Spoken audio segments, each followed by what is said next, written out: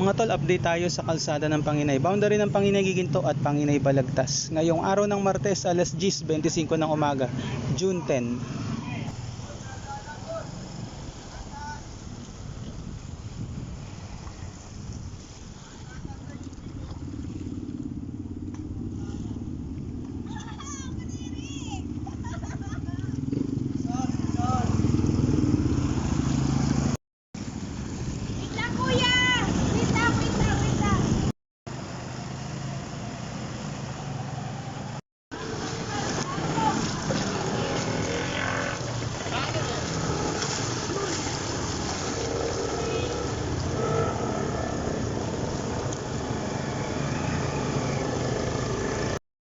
Mga tol, tumataas pa yung tubig sa kalsada. Ito po yung creek na dinadaluyan ng tubig galing sa ilog.